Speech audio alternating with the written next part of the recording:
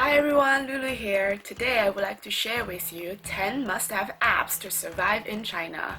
So I've been living in Shanghai, China for 2.5 years, and I found these apps are a must-have to make your life in China easier. So I want to share this list with you and make your life in China a little bit easier too. So let's get started. So number 1, let's start with communication. So you may have already know that apps like Twitter, Facebook, Instagram, Snapchat doesn't work in China. If you don't, now you know. None of those apps work in China. So we can't use those apps for communication. What we use is an app called WeChat. It's essentially all these apps mentioned above combined in one. So you can, of course, do your texting, you can do voice calls, you can do video calls, and very much like Facebook, you can post videos, you can post pictures to your moment, which is essentially your timeline. So it works very good as a communication like Facebook type of app, but it's so much more than that. It also can order takeout. It can pay for takeout. I can get my taxi, I can pay for my utility. It is essentially a virtual wallet. So I go to grocery stores, I don't have to bring my wallet because I can pay through WeChat. I can go to dinner with my friends and we can split the bill through WeChat. And I can do banking on there. I don't think there's anything I can think of that I can't do on WeChat. It's essentially my life all in one app. That is why I placed it as the number 1 app you must have to survive in China. So number 2, let's sort of talk about why we can't use all those apps that I mentioned in number 1. It's because in China here we have this thing called the Great Firewall. It's basically an internet firewall that blocks a lot of the foreign websites. So for example, Google, Facebook, Twitter. So that means if you want to go onto those kind of websites, you will need to find a way to get around it. And the best way to do that is through a VPN.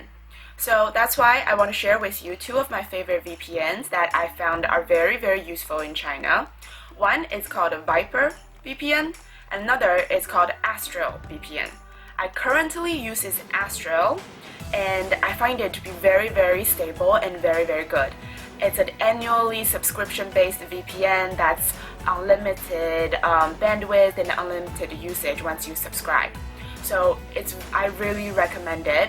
And if you're from the outside world and you still wanted to visit all your favorite sites in China, believe me, you really, really need a VPN. So why not try Viper or Astro? Alright, moving on to number 3. So China is huge, undoubtedly. So to get around the cities in China, you really need a map app. Google Map still works somehow, I'm not sure why, but I have found it that it's not very good with Chinese addresses. You will have to sort of translate yourself, or it doesn't always get it right. And living in China, I found that most of the time I'll be using Chinese addresses, so that's very inconvenient. So I really recommend the Chinese map app, Baidu Map. It's only in Chinese, but it's very straightforward. It looks just like Google Map. It works exactly the same. You type in or copy paste in the Chinese address and it will show you where it is. It will give you the direction there. It will show you the estimated timing, the street view, the traffic. Essentially the same, just like Google Map. So if you know how to use Google Map, even if you don't know how to use Chinese, you should be fine with Baidu Map. I have found it to be very reliable in any Chinese cities. I travel a lot, so I found it to be very good. So I do really recommend it as the app for you to use to move around the city. Number 4, so if you choose to use public transportation, subway is very common in big cities like Beijing and Shanghai. It's everywhere. So having an app that helps you going from station to station will be really helpful, because in Shanghai there's like 13 different lines, so it does get confusing. So the app that I recommend and I personally use is called Metro Man. It has subway maps for Shanghai and Beijing. It's in English, so it's very easy to use. You just type in where you want to go and where you're from, and it will show you the stations or what's the best way to get there and how to transfer. Very straightforward, so try it. Number 5. So you can't really live in a country that you don't know the language of without a translator. So today I actually have 2 translating apps that I wanted to recommend to you. One is called Weigo, and it's not your average translating app. It's super cool. So what it does, it sort of reads the word from your camera. So once you open up the app, then you can point your camera to the word that you want to translate, and it will directly show you the translation on your screen of the word that you're pointing to. So it's very useful when you're outside on the street or in a restaurant and you don't know how to type that word into your average translator. So it's very, very good, and it's very fun to play with and just walking around translating random things. But I have to warn you, it translates very directly, so it translates words by word, and Chinese people are very creative with their namings, especially in foods, for example. So if a dish reads ants crawling on tree, it doesn't really mean there's ants in there. So just wanted to give you that warning. It's a very direct translator.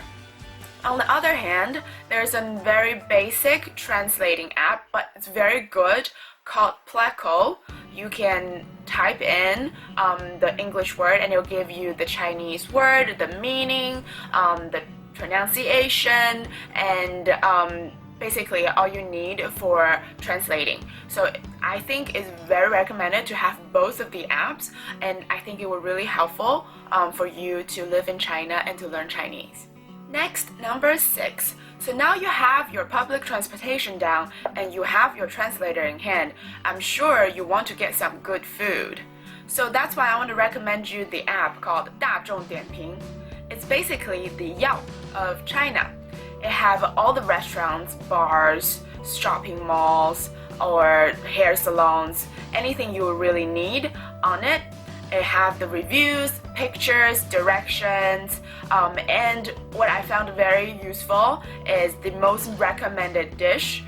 So even if you don't know what to order, you can always look at that. But the downside of the app is it's only in Chinese. So you will need to have some sort of understanding of Chinese to use the app. But if you don't know any Chinese, don't worry, there is this other app called City Weekend. It's an all-English app that shares good restaurant reviews, bars, and events of the week for cities like Shanghai and Beijing. So I really recommend 大众点评 if you know a little bit of Chinese, because I think it's basically everything. But if you don't know any Chinese, then City Weekend will still work for you. But you might not be able to find a lot of the local restaurants and local bars, basically local stores, because City Weekend, they focus a lot on what foreigners would like to go. Alright, number 7. So now you're going out, but I know what's worrying you. How is the air quality today? So I know air quality in China is a big issue. Living in Shanghai, recently we have had bad haze where I had to wear a mask going to work. So one app that really helped me to know if today is a bad day that I have to wear a mask is this app called China Air Quality Index. Very straightforward. Open up the app, it will tell you what is today's air quality.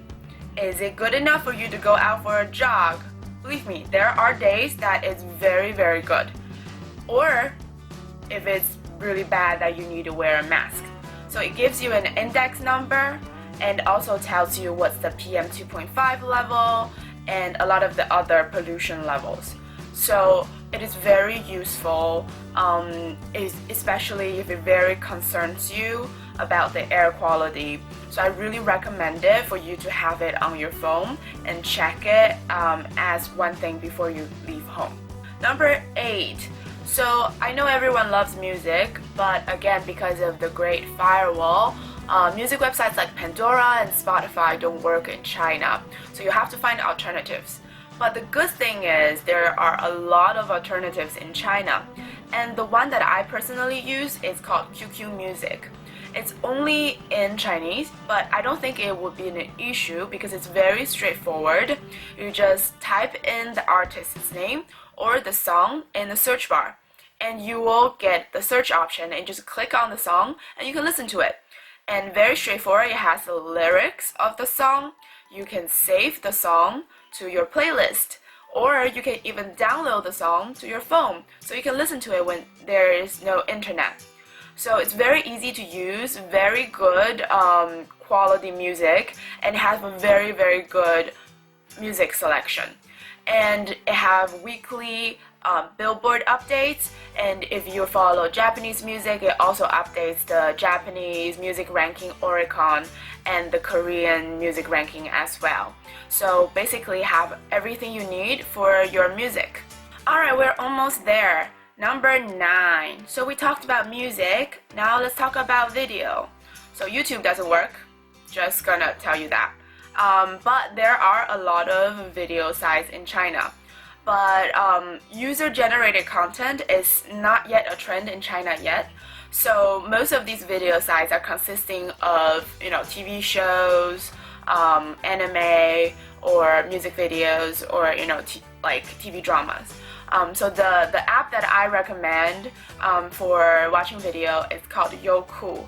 So it has sort of a very generic content pool, and it probably have a lot of the things that you're looking for.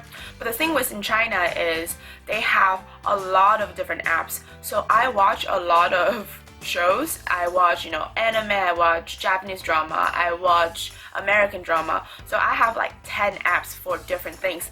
That is because they have a specific app that is good for specific things. So maybe later on I will make another video to specifically talk about what apps to use for what, but let me just throw it out there. If you want to watch American drama, the app Sohu will be probably the best one for you. If you want to watch anime, then the app Bilibili is the best for anything Japanese or anime related. So maybe later I'll make a video about it, but that's the apps that I recommend for now. Last but not least, and actually my favorite app of the 10 must-have apps to survive in China list is Taobao. What is Taobao, you ask? It is basically a shopping app that consists of millions and millions of shops, from individual sellers to big companies selling things, from clothing to food to electronics to pets if you need. So anything and everything you can think of, you can find on Taobao for a cheaper price, and they ship it to you in really short time. So I love Taobao because I buy things from there regularly. I get packaged basically every day from things that I buy on Taobao, and really because I just don't have to get out of my house, and I can find things that I need and for really cheaper price. For example, clothing, I buy most of my clothing from Taobao. I buy clothing from Japan, Korea, and America, but they're much cheaper on Taobao.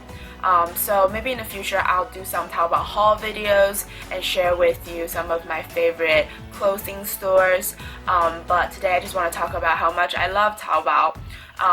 But I do have to say, to use Taobao you will have to have an Alipay account. And it is very complex to set it up because first you needed a Chinese credit card, and you will need to understand Chinese to set it up and everything. So I actually think it'll be easier if you ask your friend to use their account, or if they're willing to set up an account for you. But I do think by having Taobao, it makes life in China much more fun. And much more easier because you can buy things that will make your life easier on Taobao. So that's it, my favorite app and the number 10 on the must-have app list. There you have it. That's my 10 must-have apps to survive in China. I hope you have found this list helpful, but let me know in the comments if I left out any of your favorite apps, or there are just some apps that you would like to share because you have found it to be helpful for you. So I hope you liked this video, so please like and subscribe. I'll be making more videos about China and Shanghai in the future. So I'll see you next time. Bye!